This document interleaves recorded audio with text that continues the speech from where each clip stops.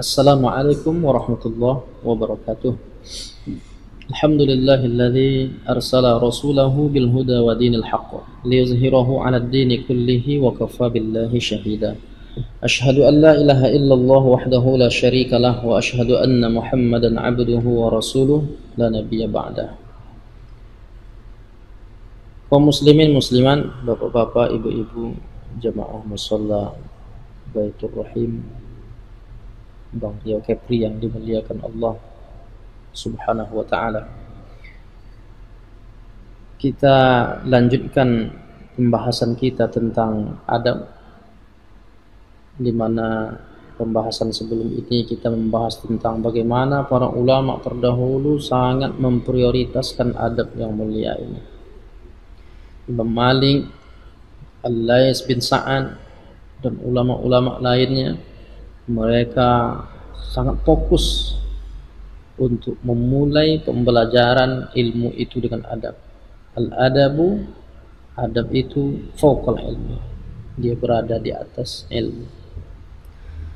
Kalau kita merujuk pada istilah atau definisi para ulama tentang adab itu, maka misalnya kita lihat dalam kitab Fathul Bari, Al-Hafiz Ibn Hajar Al-Asqalani memberikan komentarnya tentang pengertian dari adab. Kata Al-Hafiz Ibn Hajar Al-Asqalani, wal adabu isti'malu ma yuhmadu qawlan wa fi'lan.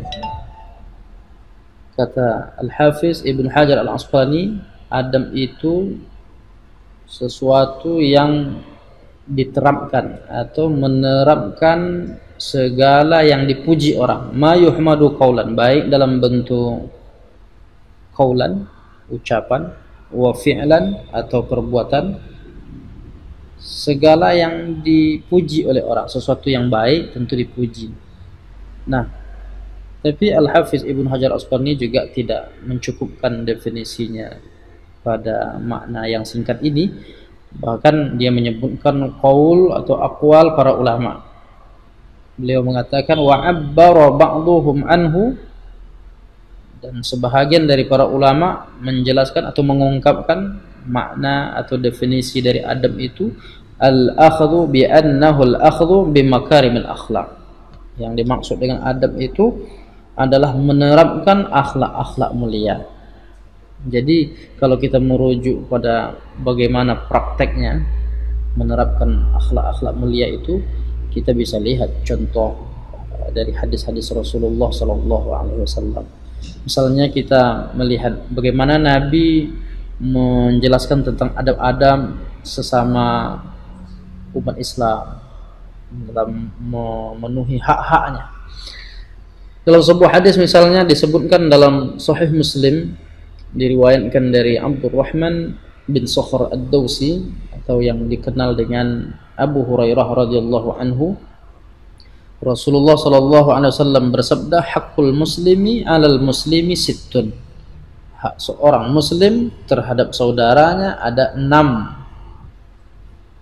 perkara. Nah, 6 perkara ini harus dipenuhi oleh seorang muslim terhadap saudaranya yang lain. Yang pertama, kata Nabi, idza laqitahu fasallim alaihi. Kalau engkau bertemu saudaramu, maka engkau ucapkan salam. Nah, ini bahagian dari adab-adab Islami, adab-adab mulia, akhlakul karimah, bagaimana menerapkan nilai-nilai yang terkandung dalam ajaran Islam. Salah satunya adalah dengan menebarkan salam. Orang yang menebarkan salam itu dia bukan sedang basa-basi. Hakikatnya dia, semestinya seorang yang mengucapkan salam itu dia sedang mendoakan saudaranya. Itu masuk adab, mendoakan saudaranya. Ketika ucapan salam itu keluar dari lisannya, assalamualaikum, maka dia sedang mendoakan semoga Allah memberimu keselamatan. Kalau dia ucapkan dengan lengkap, assalamualaikum warahmatullahi wabarakatuh, semoga keselamatan, rahmat Allah, barokahnya tercurah kepada. Inilah akhlak Islami atau adab Islami. Ketika bertemu saudara kita dianjurkan untuk mengucapkan salam. Bagaimana sahabat-sahabat Nabi itu sangat peduli dengan menjalankan atau menerapkan adab-adab ini. Mereka berlomba, setiap kali bertemu itu mereka siapa yang duluan mengucapkan salam, itulah mereka yang dianggap yang paling mulia, sehingga mereka kadang-kadang ketika bertemu tuh sampai-sampai mengucapkan salam tuh bersamaan. Assalamualaikum, kawan yang satu lagi juga mengucapkan salam yang sama.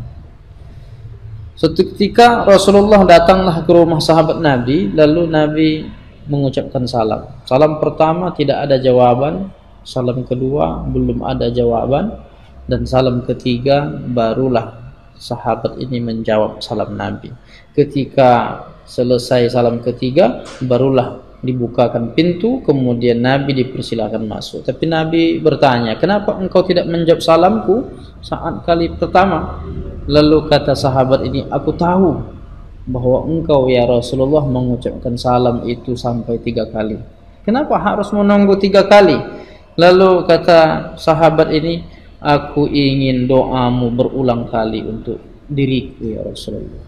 Jadi sahabat itu sangat paham bahwa salam itu adalah doa dari saudaranya untuk dirinya. Apalagi ini doa datang dari lisan seorang nabi yang kalau berdoa tentulah dikabulkan oleh Allah Subhanahu wa taala. Jadi yang pertama, adab Islami atau hak seorang muslim yang harus dipenuhi saudaranya adalah menebarkan salam. Maukah kalian aku tunjukkan, jika kalian lakukan amalan ini maka Allah akan menurunkan rahmat di tengah-tengah kalian? Mau ya Rasulullah. Lalu apa? Kata Nabi, afsyus salam bainakum, tebarkan salam antar sesama kalian. Yang pertama menebarkan salam, yang kedua wa idza da'aka fa'ajibhu, menghadiri undangan. Ketika saudara kita sedang ada keperluan, apakah membuat acara pernikahan atau akikah atau apapun lah, dia mengundang kita, lalu ketika kita datang kita sedang menunjukkan sikap berakhlakul karimah, menunjukkan sikap beradab, mengamalkan sunnah Nabi, ketika diundang kita hadir. Tentu yang dipahami undangan ini jika memang benar-benar berkesempatan. Andai tidak, kita bisa mengatakan bahwa ada sebab sehingga kita tidak bisa hadir. Tapi intinya ketika kita datang, kita sudah menyerahkan hak saudara kita, yang itu bahagian dari akhlak atau adab-adab dalam Islam. Yang ketiga, wa idza stansahaka fansuhlah, ketika ada orang yang meminta nasihat, beri nasihat. Jadi memberi nasihat itu bahagian dari akhlakul karimah yang bisa kita terapkan, dan itu merupakan hak saudara kita yang ada pada diri kita. Ketika kita memberi nasihat, kita sedang menyerahkan hak saudara kita. Maka orang yang dinasihati itu semestinya seyogianya dia berterima kasih karena saudaranya sudah menyerahkan haknya untuk yang ada pada diri saudaranya, lalu dia berterima kasih. Terima kasih wahai saudaraku, engkau telah menyerahkan hakku yang ada pada dirimu. Itu tentang nasihat.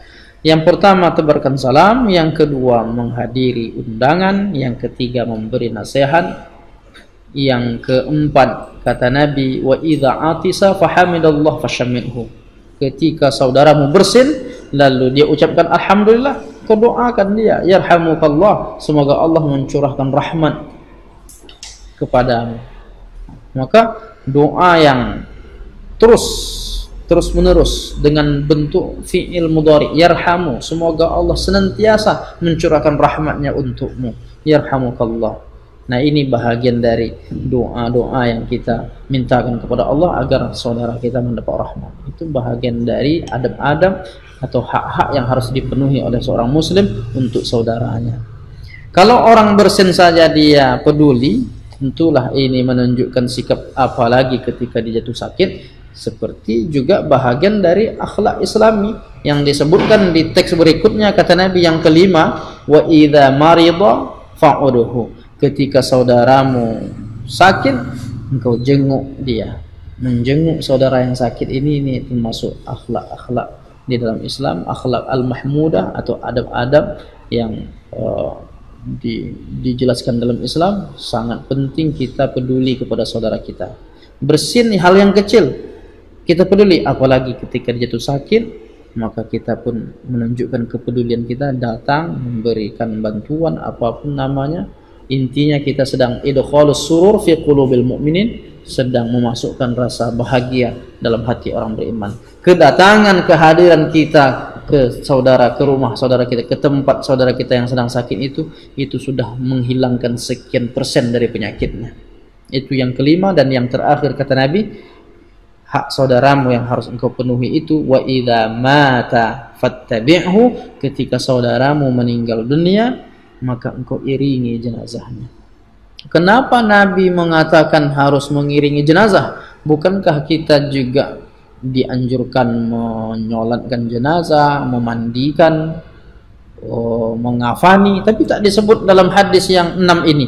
Satu hanya disebut Nabi, engkau iringi jenazah. Karena inilah bahagian dari semua orang yang bisa melakukannya. Semua orang bisa melakukannya.